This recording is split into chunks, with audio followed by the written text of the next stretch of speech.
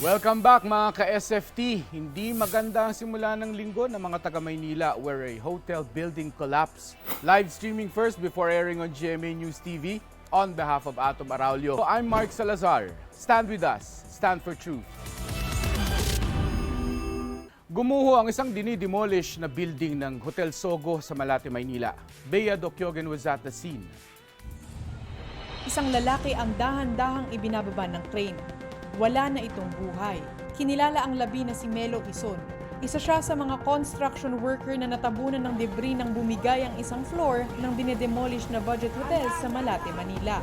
Inabot ng halos 6 na oras bago siya na-retrieve ng mga rescuer. As of 3 p.m. nga ay nailabas na yung isang trabahador na na-stuck mula dito sa Guho. At as of the moment ngayon ay ongoing pa rin yung retrieval operation dahil hanggang ngayon ay meron pa rin na isang trabahador na na-stuck doon sa loob. At patuloy pa rin na kinukuha dahil medyo mahirap daw kunin dahil sa sobrang pagkaipit. Ayon sa Manila Mayor's Office, 22 construction worker ang apektado ng pagguho. Bandang 9:30 ng umaga habang isinasagawa ang demolition sa nasabing hotel, biglang bumigay ang isang palapag na siyang naging dahilan ng pag-collapse nito. Nangyari yan, mga 9:20, 9:25 ng morning na nangyari, biglang nag-collapse siya. Ano po ginagawa niyo? Nagmamaso sila doon sa bandang gitna eh. May mga tao sa loob, may mga trabahador sa loob eh. Naroon sa site si Manila Mayor Isko Moreno para i-monitor ang sitwasyon. Natutuwa tayo na lahat nakipag-ugnayan. Immediately, in less than 10 minutes, we created advanced command posts and everybody participated. The national government, in this case MMDA, and Bureau of Fire, and the city government. And we properly identify who's going to take the lead. Based on assessment, lulungkot tayo sa ganitong uri ng aksidente. For now, I think the least thing that we can do is to address the family. Narescue na ang 19 na tauhan samantalang isa ang injured at kasalukuyang nagpapagaling. Taong 2004 nang mabigyan daw ng permit to operate ang Sogo Hotel, pero bago pa matapos ang kanilang business permit sa December 31, 2019 ay nag-apply na sila ng demolition permit na effective noon pa ang August 2. Sa ngayon ay wala pa rin daw sinisisi kung sino ba talaga ang may kasalanan ng pangyayaring ito. Pero pagkatapos, inaasahan na pagkatapos ng operasyon dito ay magkakaroon naman ng investigasyon para malaman kung sino talaga yung nagkulang kaya nangyari ito. I am Bea Dokyogen and I stand for truth. Goodbye na raw sa mga Blue Boys na bastos at nangongotong. Dahil sa Pasig City, magsusuot na rin daw ng body cameras ang mga enforcer. Silipin yan sa report ni Lilian Tiburcio. Ayon sa Pasig LGU, nasa 15 hanggang 20 ang natatanggap nilang reklamo araw-araw laban sa mga traffic enforcer o ang tinatawag na Blue Boys. Ang numero 1 raw na problema ang umano'y pangungotong.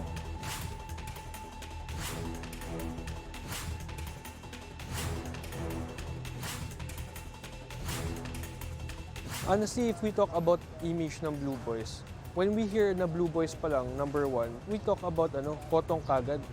Kamakailan nga lang, isang traffic enforcer ang nahuli sa entrapment operation matapos niyang kikilan ang 2 security guard na nakamotorsiklo ng walang helmet. Nung nahuli po kami, marami pong mga violation na sinasabi sa amin, ma'am. Sa presyo, umaga sa umabot po ng 11,000 po, sa bumaba ng bumaba. Then nung pagdukot ng bulsar tong kasama ko, nakita ko yung cellphone, pinagdiskita ko yung cellphone. Sabi ganito na lang gawin natin, iwan mo na lang yung cellphone mo at balikan nyo lang yung kakulangan.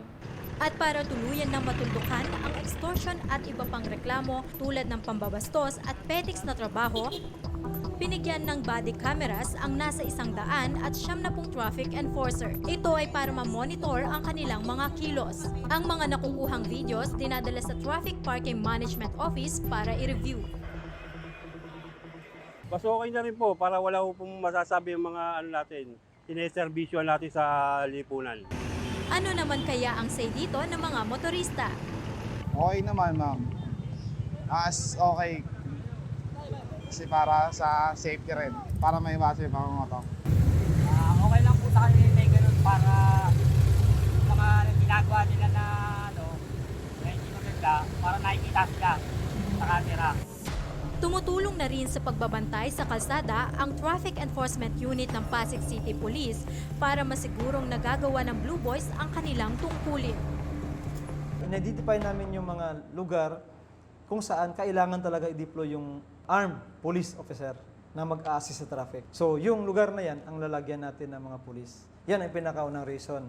Para medyo ang respeto ng mga driver nandyan. Pangalawa, ma-prevent yung possible extortion. At the same time, ma-prevent din natin yung possible bribery sa ating mga traffic enforcer. Sa ngayon, tuloy-tuloy ang pagsasanay ng mga traffic enforcer, gayon din ang mga bagong aplikante ng Traffic Parking Management Office. Zero complaint against Blue Boys. Yan ang target ngayon ng lokal na pamahalaan ng Pasig. Kaya naman sa tulong ng body camera at pagde-deploy ng mga pulis, umaasa sila na mas magiging maayos na ang trabaho ng mga traffic enforcer. I am Lilian Tiburcio and I stand for truth. September 21, 1972. That was the day that former President Ferdinand Marcos officially signed Proclamation 1081. And there, he declared martial law all across the country. And thus began one of the darkest periods in Philippine history.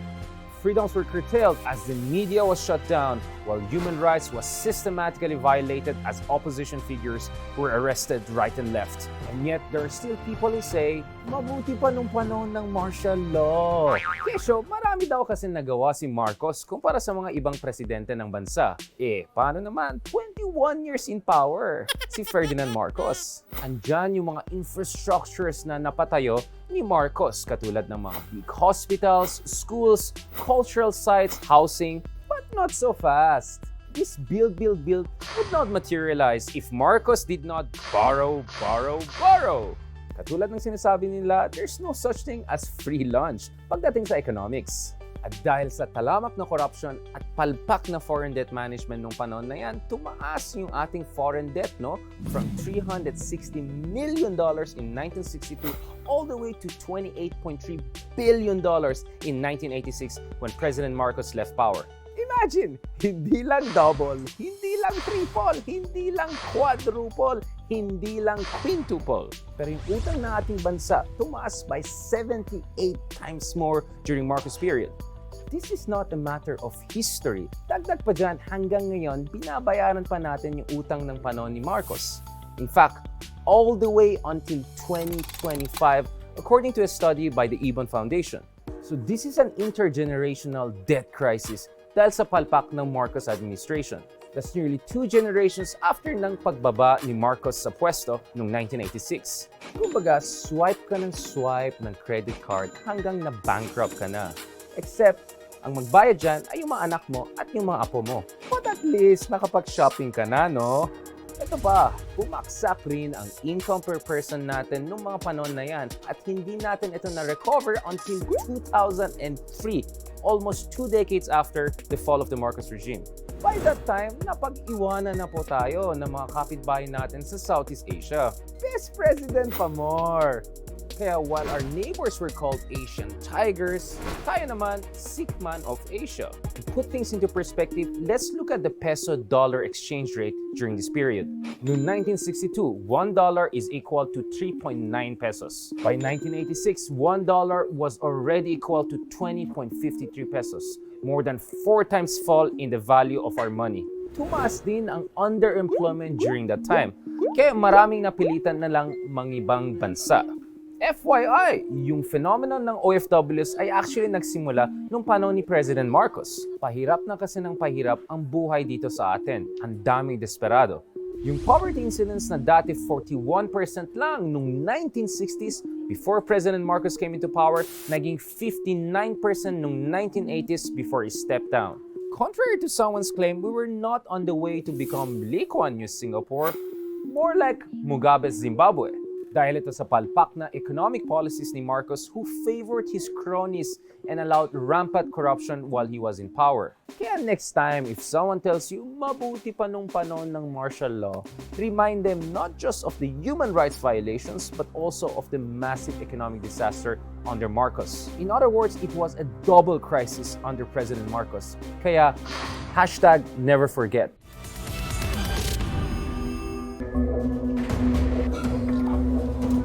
Approve pa rin sa nakararaming Pilipino ang war on drugs ng Administrasyong Duterte. Ayon sa survey ng Social Weather Stations o SWS, 82% o 8 out of 10 ang pabor sa kampanyang ito na pagtupad sa pangako ni President Duterte noong kampanya. Ikinatuwa nila ang pagbaba ng bilang ng mga drug suspects. Dahil dito, nagkaroon ng net satisfaction rating of plus 70%, which is considered excellent. Pero syempre, may mga hindi pa rin natutuwa rito. 12% say that they are dissatisfied with the anti-drug campaign, while 6% are undecided. Sabi ng mga hindi satisfied, nagpapatuloy pa rin ang drug trade sa kabila ng kampanya. Bukod pa rito ang mga pamilya ng mga biktima umano ng extrajudicial killings o EJK. The official count of victims of the anti-drug campaign is at 5,375. Meanwhile, media reports put it at 12,000. But according to opposition senators, the number can go up to 22,000. Dalawa na nga ang confirmed cases ng polio sa bansa and many are at risk dahil ayaw nilang magpabakuna. Shai Lagarde reports. Kasabay ng dumaraming kaso ng tigdas at dengue, idineklara ng DOH ang dalawa ng magkasunod na kumpirmadong kaso ng polio sa Pilipinas, 19 years after the World Health Organization declared us polio-free. Unang nireport ng Department of Health ang polio ng isang 3-year-old girl sa Lanao del Sur last Thursday. Sinundan nito kinabukasan ng isang 5-year-old boy sa Laguna. Sa kaloob-looban ng Happy Land dito sa Tondo, nakatirik sa taas ng dagat ng basura ang bahay ni Mirasol, 17 years old. 6 po yung anak ko, tsaka kapapanganak ko pa lang to noong August 30. Yung mga anak mo ba, Mira, kompleto sila sa healthcare, yung lahat ng mga gamot, bakuna, check-up? Kasi nga natatakot ako sa mga tumutubo ng bampol, yung mga Nakuha naman ng Diyos, nakakompleto ko naman kahit na minsan palaktaw-laktaw yung balik ko dun sa center. Pero nang hingin ng health worker ang vaccination card, kulang siya ng penta. Kulang nga, posing a bigger threat for her newborn baby. Sabi kasi nila, tapos na-graduate na yung anak mo. Oo nga, booster yun. Hindi mo kasi kami maintindihan. Yung booster na yun para sa karagdagan ng bakuna. Yung polio bumaba nga yung bago. Di ba inalikan ka namin? May sakit daw yung anak niyang 3, kaya hindi niya pinapatakan sa polio.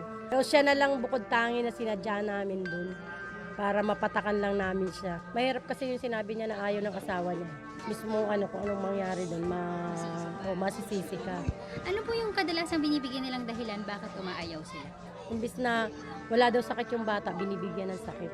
Ngayon, kailangan mo ng medyo maganda-gandang paliwanag na alam mong maaano mo yung nanay na mapapatakan siya uli para maano niya yung anti-polio na pambooster. Dahil napaliligiran ng kung ano-anong dumit basura, ang mga lugar gaya ng Happy Land ay considered high risk for infections and viruses. Unfortunately, environment was also one of the factors for the re-emergence of the polio epidemic. Noon pong July 2019, sa environment po nakitaan po natin ang sewage dito sa Manila na nagtataglay ng polio virus at ang waterways po sa Davao. The vaccine uses a weakened form of polio virus. Pinapatak ito orally para gumawa ng antibodies ang immune system ng katawan laban sa polio.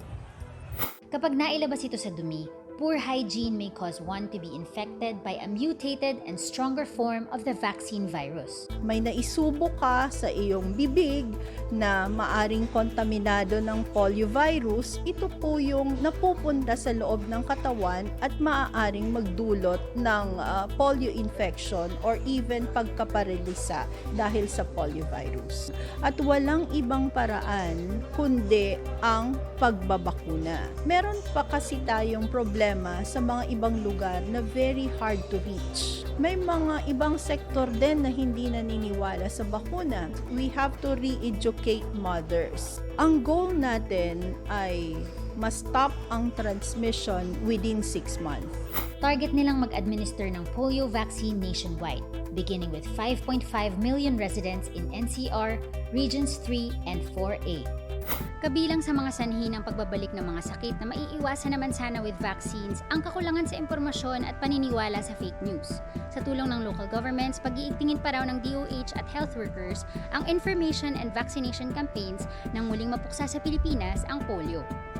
I'm Shyla Garde and I stand for truth. Sabi ng Pag-asa, mas mahaba na raw ang gabi kaysa sa umaga starting today. And that's another reason to stay up late. So catch us again tomorrow. On behalf of Atom Aralio, I'm Mark Salazar together with Richard Haydarian and Joy Spring. Stand with us. Stand for truth.